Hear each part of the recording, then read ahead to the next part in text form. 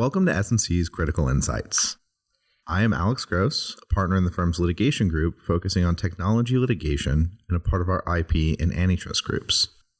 I'm joined today with my colleague Annie Ostrager, a partner in the firm's litigation group and one of the co-heads of our employment law group, as well as Sabrina Solow, an associate in our litigation group. Today is the third in our 5-part series regarding issues that arise in trade secret litigation. And today we're going to be discussing a very interesting issue about the interplay between trade secret litigation and non-compete agreements. Thanks, Alex. Annie, let's talk now about the interaction of trade secrets and non-competes. Yes, happy to. We often see these topics showing up together in various of our matters.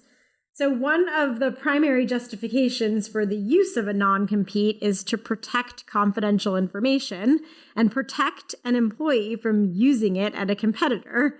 To that end, non-competes generally require employees to agree that they will not work for a competitor within a certain time frame, geographic location, or scope of business.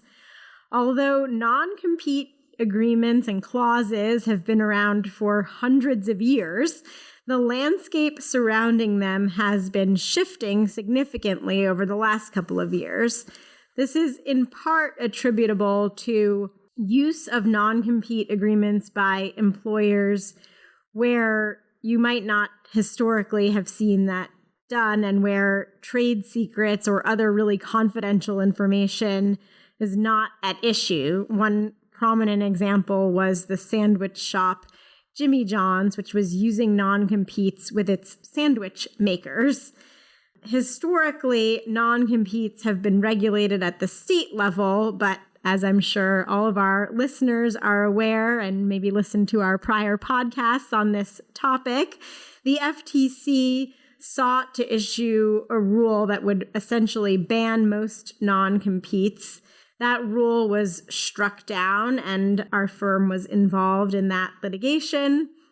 The FTC has appealed, although we are not anticipating success for the FTC in that litigation or know whether that will even be pursued at this time.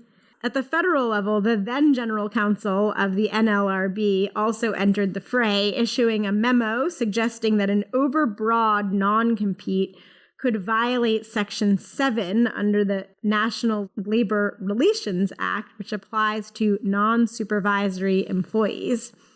On the state front, there's great variability on how non-competes are treated. Some states will consider them enforceable so long as they are reasonable in time and geography and subject matter, and other states take a much stricter approach.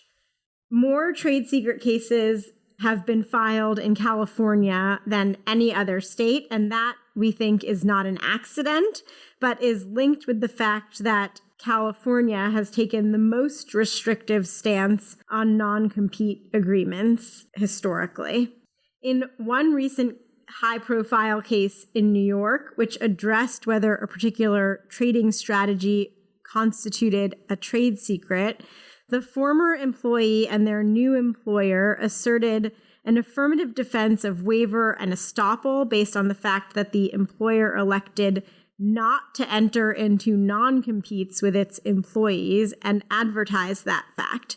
That argument was rejected by the court, which, among other things, found that a decision not to enter into a non-compete does not logically mean that an employer is allowing an employee to take its confidential information with them.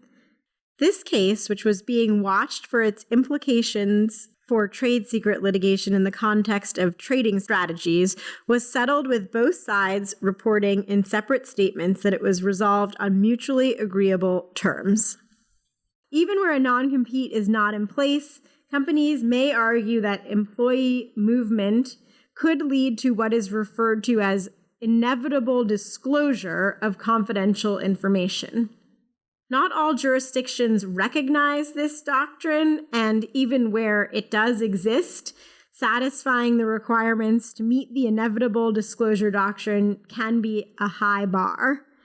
This past summer, in a litigation in the Southern District called Vortexa, an employer sought a preliminary injunction against a former employee from working at a competitor for the 1-year duration of his non-compete agreement.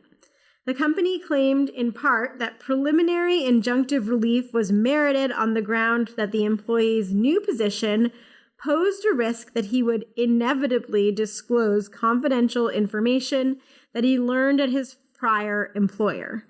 The court found the company had not established that the former employee had access to any materials meeting the definition of a trade secret.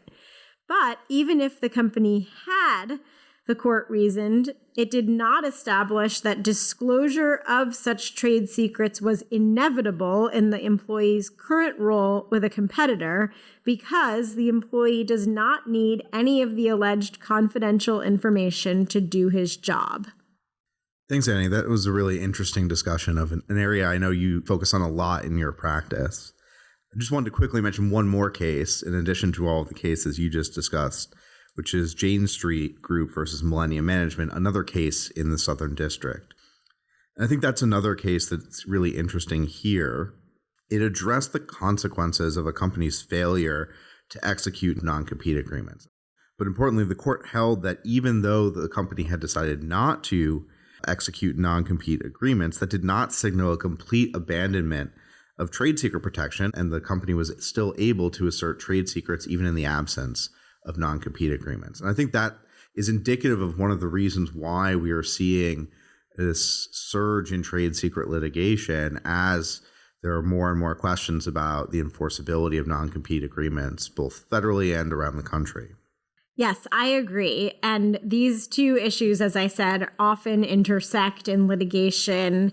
In a case in the Eastern District that was just decided in September, Hercules Pharmaceuticals, the court concluded that where a covenant not to compete is reasonable in time and geographic scope, enforcement should be granted to the extent necessary to prevent an employee's solicitation or disclosure of trade secrets.